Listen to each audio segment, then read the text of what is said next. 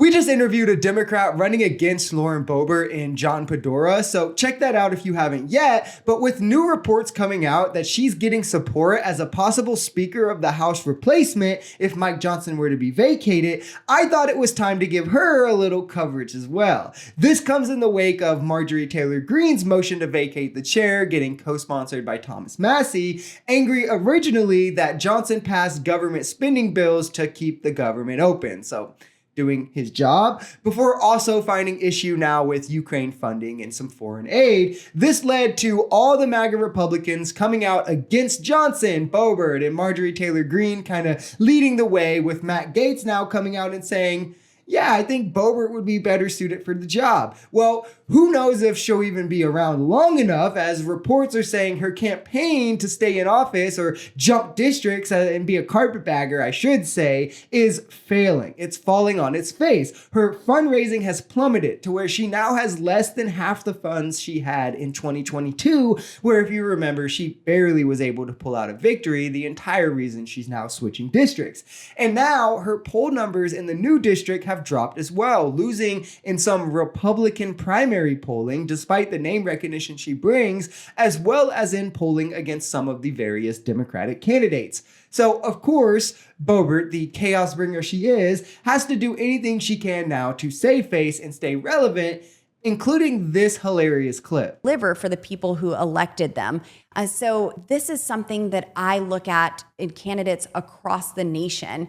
Where do you stand in your faith? Because that's going to tell me a lot about your character. Okay, so I just have to ask then, was the handy in the name of the Lord, or where in the Bible is the scripture that says, thou shalt have public intercourse to Beetlejuice? Because I would consider that a huge lack of commitment to her faith, but what do I know, right? Continuing on, here she is on a right-wing podcast speaking on immigration. The Surrender Caucus to send unlimited tax dollars overseas while our southern border is being overrun by criminals and is operated by the cartels. Oh, so much stupid to address here. Okay, so first, the cartel being south of the border is a problem, which is exactly why Trump's remain in Mexico policy is such a detriment. You're sending innocent and in lots of time vulnerable people to stay in the cities the cartel run. To actually, you're putting them directly in contact with them, serving them up on a platter, and then letting a portion of them into the country anyway. Tell me how that fixes or addresses that issue in any way. And also, asylum claims will still come.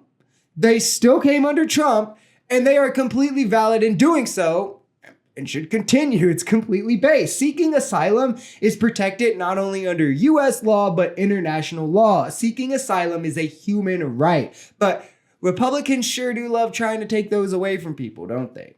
And these are not criminals. They commit less crime on average than US-born citizens. They're often people fleeing hardship.